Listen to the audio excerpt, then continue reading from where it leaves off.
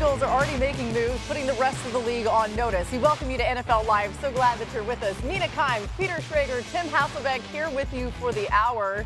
Guys, there's a lot to get to. Let's start with some news out of Philly. Nick Sirianni, who you saw a lot off the top of the show there, agreeing to a multi-year contract extension with the Eagles. After leading the team to a Super Bowl, Sirianni's proven he's the right man for the job. The Eagles rewarding him with a long-term deal. Certainly, if you know the story, the journey of Sirianni, it's pretty remarkable. He has been very successful with the Eagles. He's 54-23, including the playoffs, and that's the fifth best record by a coach in NFL history, trailing only Guy Chamberlain, Vince Lombardi, John Madden, and Ray Flaherty. All four of those guys in the Hall of Fame, just saying, very good company to be in. Tim, how do you think Sirianni has gotten to this point in his career? Well, I think first and foremost by being himself, because I think a lot of people would look at the way he does things and maybe say, look, that's not, what a head coach should do, or not what a head coach should do in Philadelphia. But he's been himself, and then he's putting good people around him. Obviously, Howie Roseman has done an excellent job with the personnel in Philadelphia. There's been coordinator change. He's done an excellent job of, with some hiccups, managing through that. And so I think when you do that, you give yourself a chance to be successful as a head coach. He's done that. And you think about what he's accomplished. Just to be very fair to Nick Sirianni, Andy Reid was an amazing coach in Philadelphia. Was never able to win a Super Bowl. Nick Sirianni has been able to do that. And so I think when you put it kind of through that lens, the reward of this contract, and also the expectation that he's got an opportunity to continue there in Philadelphia, where it is not easy to please people, he's done an excellent job. Yeah, and my take on it is, why shouldn't he get paid? Why shouldn't he get an extension? Everyone else did, and everyone else who has won in the NFL does get that reward. Now, truth of the matter is, Nick Sirianni wouldn't work with every locker room, and Nick Sirianni might not work with every team, but he's Philadelphia's guy, and in that building, they respond to him. The local media had their way with him for the first couple weeks of last season. There was talk after a win in Cleveland in the local Philadelphia airwaves that Sirianni should be removed, should be fired. They respond with that incredible rip on their schedule of just winning all those games in the regular season and then just trashing everyone in the playoffs. Bottom line is this: Sirianni coaches the Philadelphia Eagles as well as anyone could possibly coach the Philadelphia Eagles. If you were to drop him in the LA Rams locker room, would it be the same? I don't know. Kansas City? I don't know. Minnesota? Who knows? It doesn't matter. They found their guy. He works with them. Why should anyone else have a problem with him getting paid and extended? I'm happy for him. I think you can also point to specific things that he does with this roster that he deserves credit for. I think sometimes we look at the Philadelphia Eagles and we say, well, this is Howie Roseman's success story. He built an all-star team, essentially, and that's true. But those players come with their own set of challenges. There's been conflicts on the sidelines. We've seen them happen. He is a player's coach, and those players in particular respond to him. He's also managed through adversity. Tim alluded to this. The Philadelphia Eagles, this time last year, we were all talking, everybody was talking about whether or not Nick Sirianni would keep his job.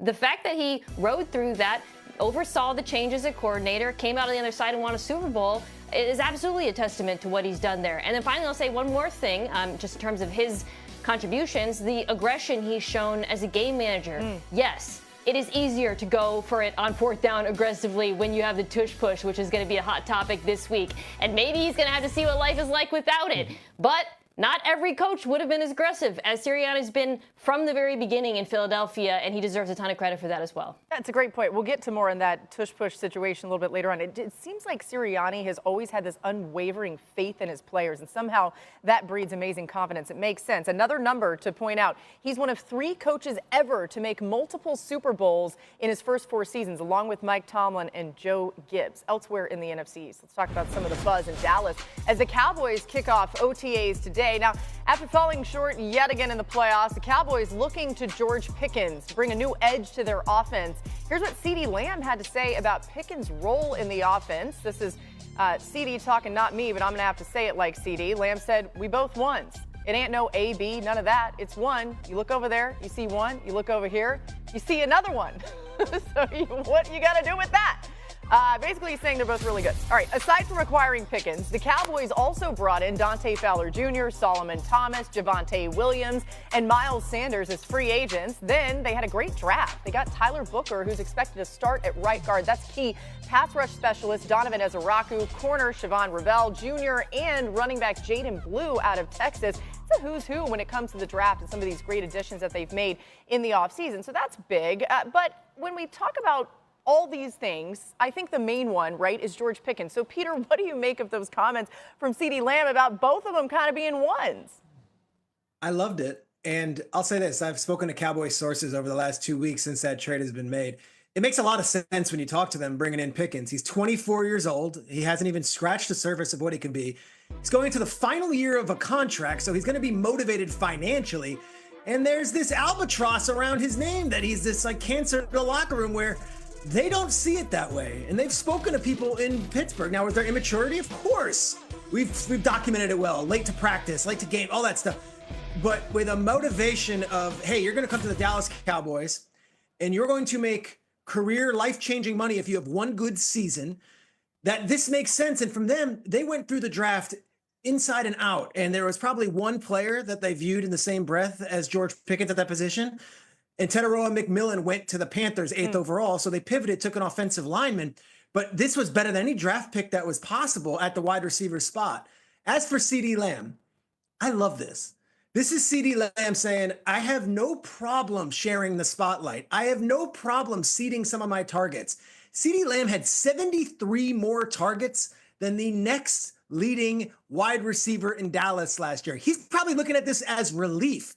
And you know wide receivers, they could be prickly, they could want their balls. In this case, CeeDee Lamb showing a lot of leadership saying, no. It's the two of us. It's not just me and then him.